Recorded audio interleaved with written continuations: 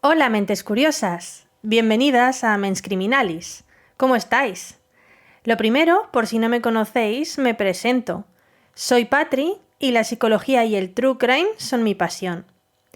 Por eso, en este podcast hablamos de crímenes, contamos casos reales y divulgamos sobre psicología y criminología. En este caso, os traigo un episodio especial que he preparado con ocasión de las fiestas navideñas. Este va a ser el primero de 5 episodios. Serán más cortos de lo habitual, pero sin duda intensos. En ellos os relataré 5 casos criminales españoles que tuvieron lugar en estas fechas.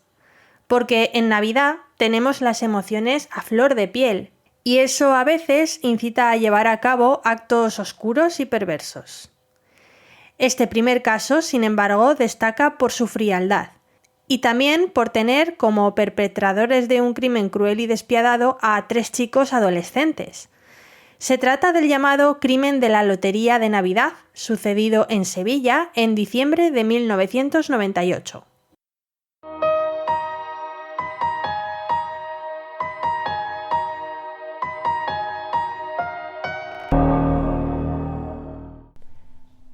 Vamos a comenzar hablando de la relación que unía a la víctima, María Luisa Domínguez, de 72 años, con los autores de su muerte, Álvaro, Juan Carlos y Francisco Javier.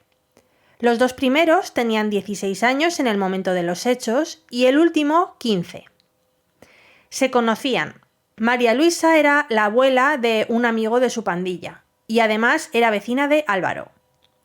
Por estas razones, los 3 chicos habían estado en casa de la anciana varias veces con anterioridad.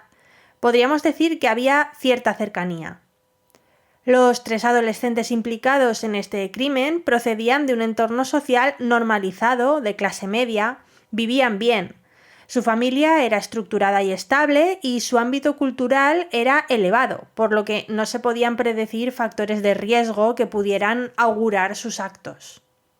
Como digo, a pesar de tener una vida cómoda, los 3 adolescentes habían aprovechado alguna de sus visitas a la casa de la anciana para robarle la llave de la vivienda, con la que accedían con el fin de robar también dinero y su tarjeta de crédito. Después del robo, hicieron uso de la tarjeta llegando a sacar unas 150.000 pesetas que corresponden a unos 890 euros. Fue el día de la Lotería de Navidad, el 22 de diciembre, cuando Álvaro sintió la conciencia pesada y, sabiendo que tarde o temprano los iban a pillar, decidió confesar y devolverle a la anciana la tarjeta sustraída. Se lo dijo a sus amigos e incluso propuso que le devolviesen el dinero de alguna manera, pero Juan Carlos y Francisco Javier no estuvieron de acuerdo con el plan de Álvaro. Decidieron que en lugar de entregarse y confesar su delito, acabarían con la vida de María Luisa para silenciarla. Fueron muy torpes, aunque eso no evitó el trágico desenlace. Lo primero que hicieron fue llamar a María Luisa para decirle que iban a ir a su casa a devolverle la tarjeta. La finalidad era asegurarse de que la anciana estaría ahí. Lo que no esperaban era que ella, María Luisa, llamase a su hija, le contase todo y le pidiese que fuese también a su casa. Juan Carlos y Francisco Javier accedieron a la casa de María Luisa la tarde de ese 22 de diciembre sin llamar, usando la llave robada, y la sorprendieron dentro con un cuchillo en la mano. No dudaron en atacar a la anciana sin piedad, y mientras uno la apuñalaba, el otro la sujetaba. Al parecer, incluso se cambiaron el turno, y así le asestaron a la mujer 60 puñaladas que, por supuesto, acabaron con su vida. Mientras esto sucedía, la hija de María Luisa intentaba entrar en la vivienda, escuchando los gritos de su madre tal vez. Álvaro, que había ido a avisar a sus amigos de la presencia de esta mujer, se la cruzó en la escalera. Así, Juan Carlos y Francisco Javier huyeron por la ventana, ya que estaban en un primer piso. Uno de ellos, de hecho, se hirió en esta huida. Cuando la hija consiguió entrar a la casa, se encontró a su madre ya fallecida y llamó a la policía, que no dudó ni un instante sobre quiénes eran los culpables de aquel horror. Los 3 adolescentes fueron detenidos de inmediato. La parte más indignante, sin embargo, llega ahora, cuando hablamos de las sentencias que enfrentaron los 3 jóvenes criminales. Lo primero a tener en cuenta es que la ley del menor no entró en vigor en España hasta el año 2000 y Francisco Javier, que tenía 15 años cuando sucedió todo, fue juzgado en 1999. Antes de esto, el Código Penal de 1995, el que estaba vigente en aquel momento, establecía que los menores de 16 años no podían ser responsables penalmente. Por este motivo, sus condenas iban encaminadas a la asistencia social y no tenían carácter punitivo. De modo que la condena de Francisco Javier consistió en 2 años de internamiento en un centro especial sin régimen cerrado, no era una cárcel. Por otra parte, el juicio de Juan Carlos se retrasó un poco más y no tuvo lugar hasta 2001, cuando ya estaba en vigor la nueva ley. Así pues, fue juzgado como menor, pero con una perspectiva más punitiva y de reeducación, lo que concluyó en una condena por asesinato de 8 años de internamiento en un centro penitenciario de menores y 5 años de libertad vigilada. Por último, Álvaro también fue juzgado por el delito de robo continuado y sentenciado a 18 meses de internamiento. Este caso se llamó crimen de la lotería, aunque no tiene realmente nada que ver con la lotería de Navidad. Simplemente tuvo lugar en estas fechas y tenía un móvil económico, así que venía bien para mediatizarlo. Es uno de muchos casos que desde siempre han suscitado críticas al modelo legislativo que aplica a la responsabilidad penal del menor en España.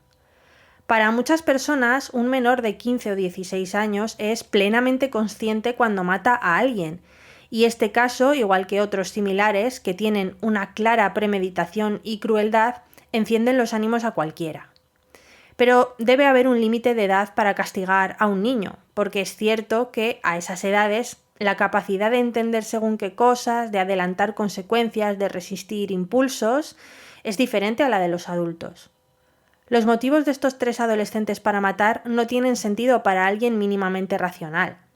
Tenían miedo de recibir un castigo por su robo, de responder frente a sus padres y frente a la justicia. Está claro que su percepción del peligro era desproporcionada e incoherente. Está claro que no tuvieron empatía, que deshumanizaron a su víctima y que hicieron algo terrible. Y no hay nada que pueda consolar a una familia que perdió a un ser querido, especialmente en estas fechas señaladas. En cuanto a la ley del menor, está claro que seguirá siendo un tema de controversia. Por mi parte, esto es todo por hoy. Pero mañana volveré con un nuevo episodio especial navideño de Mens Criminalis. Como siempre, os recuerdo que todo lo expuesto en este podcast es fruto de una investigación sobre los medios accesibles al público general, que puede haber errores, por supuesto, pero en ese caso han sido sin ninguna intención, y como profesional de la psicología puedo haber añadido apuntes o datos concretos y también me he permitido expresar mi opinión en algunos temas. Espero no haber ofendido a nadie.